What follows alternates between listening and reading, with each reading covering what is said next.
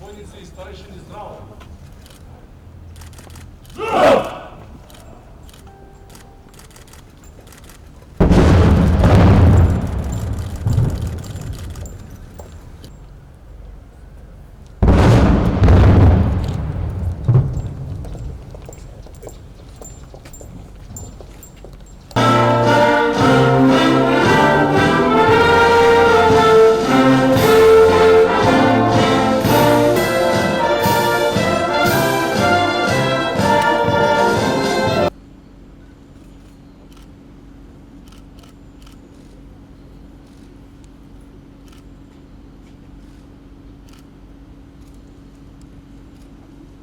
Нека им е вечна слава.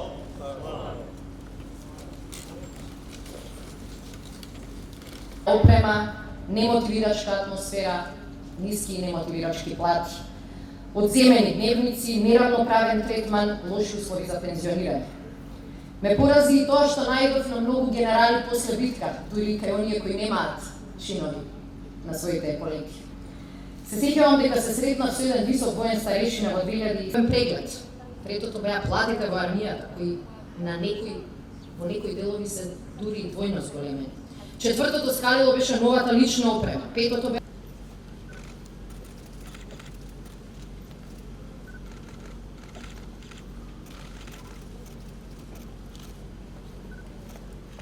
Заслуги за канцеларијата за соработка во одбраната на Соединетите Американски држави, кај го прими одбранбеното аташе полковник Питер Робел.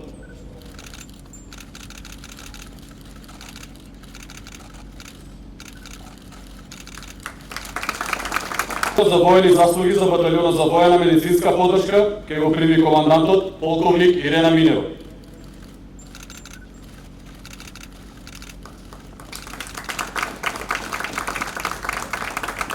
За воени заслуги за третиот пешајевски батальон, кај го прими командантот подполковник Изеир Ејупи.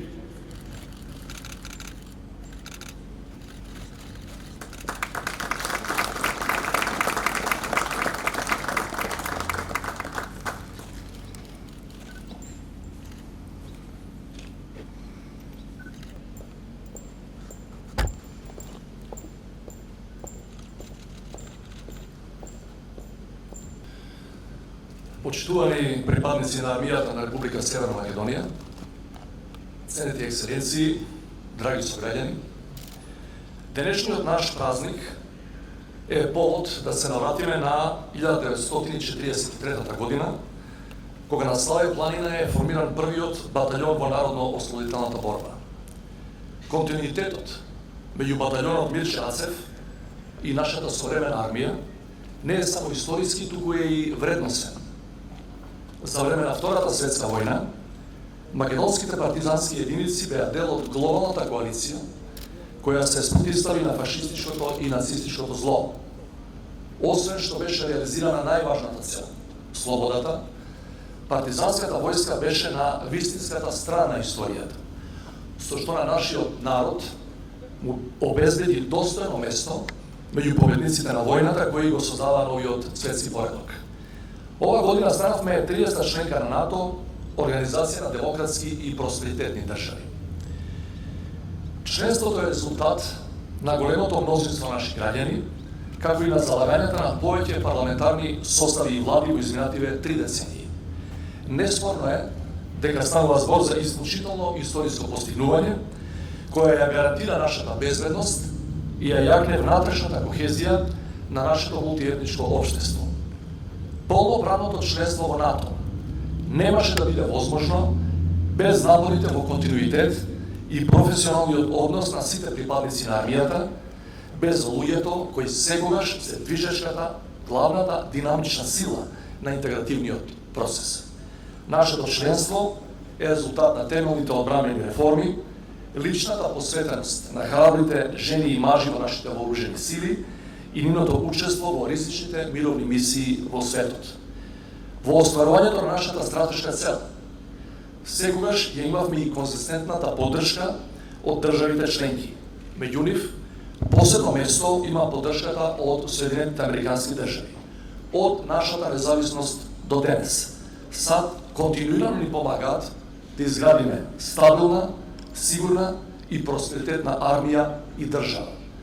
Токму затоа денес ја одликував со орден за воени заслуги Канцеларијата за соработка во одбраната на Соединетите Американски држави. Орденот е символичен израз на благодарноста на македонските граѓани кон Соединетите Американски држави и пријателскиот американски народ за сета поддршка во сите изминати децении. Почитувани присутни, не е фраза ако се каже дека да се биде дел од најмоćниот воено-политички сојуз во светот е голема привилегија, но и уште поголема обврска и кон нашите граѓани и кон нашите сојузници. Основната причина зошто сакаме да бидеме дел од Европската унија и НАТО е поради темелните вредности на овие две заедници. Таму клучната вредност е владењето на правото и функционалната правна држава како основен услов за економски и социјален развој. Организираниот криминал и високата корупција кои за жал се дел од нашето секојдневие ја нарушуваат довербата на граѓаните во институциите и надежта за пристоен живот. Најважната обврска на нашата политичка генерација е воспоставување систем за ефикасно справување со криминалот и корупцијата. Длабоко сум убеден дека нашето политичко наследство ќе зависи најмногу од успехот во остварувањето на оваа задача. Историјата нема да ни прости ако и овој пат не бидеме на вистинската страна како што бевме и за време на Втората светска војна. Без доверба во институциите ја ризикуваме и нашата национална безбедност. Ниската репутација и разочараноста на граѓаните од политиката и од нас, политичарите, креираат идеален амбиент за новите начини на подкопување на стабилноста и безбедноста, како што се хибридните закани. Најдобриот начин за борба против дезинформациите, лажните вести и останатите хибридни закани е токму високата доверба на граѓаните во демократските институции. А таа доверба се заслужува само преку одговорна политика и безкомпромисна борба со оние кои ги кршат законите, независно од нивната функција и моќ. Ако не сме еднакви сите пред законот, и ако политичката власт се користи за личното, а не за јавното добро, таквата држава нема перспектива. Членството во НАТО ја крема на многу повисок степен и одговорноста на армијата. Од март оваа година, нашата униформа и име се нераскинлив дел од оваа глобална алијанса. Затоа мораме да продолжиме да инвестираме во одбраната, да ја модернизираме и опремуваме армијата и затоа секогаш ќе имате мојата лична поддршка. Мојата врвна политичка заложба како врховен командант, а тоа го очекувам и од новата влада, е во следните години да ја оствариме зацртаната цел за вложување на најмногу 2% од БНП во модернизација и развој на армијата. Оваа заложба, заедно со новата влада и новиот парламент, ќе ја актуализираме особено во пресет на подготовките за буџетот за следната година. Во овој контекст сакам да подвршам дека е неспорен и континуитетот на наше активно учество во мировните мисии предводени од НАТО, Европската унија и Обединетите нации, со што придонесуваме за глобалниот мир и безбедност. Почитувани новите безбедностни предизвици за нашата држава и за НАТО алијансата треба да ги согледаме и во услови на пандемија предизвикана од коронавирус. Очигледно е дека пандемијата не предизвика само здравствена криза, туку и политичка, економска и безбедностна. Хибридните закани кои ги споменав се само дел од заканите, кои имаат за цел да ја нарушат стабилноста на државата, да ја разнишат довербата меѓу сојузниците и да ги ослабат националните и заедничките напори за борба и победа над вирусот. Од почетокот на кризата, една од главните цели на сојузниците, а тоа и наша цел, беше и останува да биде здравствената, економската и социјалната криза да не прерасне во безвредностна закана. Изминативе месеци имавме прилика и во вакви услови на длабока глобална криза да ја видиме отпорноста и адаптибилноста на алијансата. НАТО тоа го направи успешно на повеќе нивоа. Ги гради ресурсите на државите членки за справување со ризици, вклучително и со епидемии, како и капацитетите за борба против кампањите за дезинформирање на јавноста кои се рапидно зголемени. НАТО дава целосна логистичка поддршка и за транспортот на неопходната медицинска опрема за земјите членки и овозможува солидарна размена на медицински материјали и персонал. Како полноправна членка, ние сме веќе дел од координативните механизми на НАТО за справување со пандемијата и со хибридните закани. Почитување на национално ниво во битката против вирусот важно учество има и армијата. Затоа денес со орден за воени заслуги одликував и 2 единици на армијата кои зад себе имаат забележителни резултати.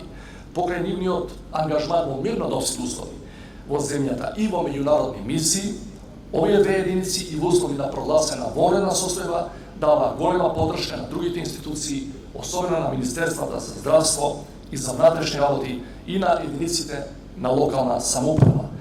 Третиот пешадиски батальон од првата пешадиска бригада од командата за операција од Тетово имаше успешна мисија во прогласените кризни региони во општините Дебар и центар Жупа.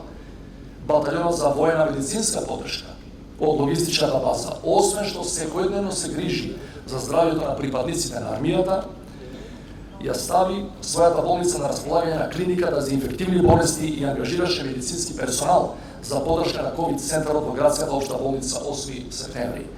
Преку одликувањето на овие 2 единици, символично им оддаваме признање и на сите припадници на армијата кои изминативе месеци беа ангажирани во справување со последиците од пандемијата. Како ваш врховен командант, особено сум горд на покажаниот висок професионализам, дисциплина и посветеност во овие тешки времиња. Вашата подготвеност да помогнете таму каде што е најмногу потребно е пример за целата наша заедница. Тоа ме обврзува да продолжиме со вложувањето во армијата, во нејзината опрема и вооружување, но пред се и над се во вас, во човечкиот потенцијал, затоа што армијата не ја чинат објектите, туку луѓето од кои зависи нашата безбедност и стабилност. Почитувани припадници на армијата, почитувани сограѓани, ова е голем ден за нашата армија и за сите нас.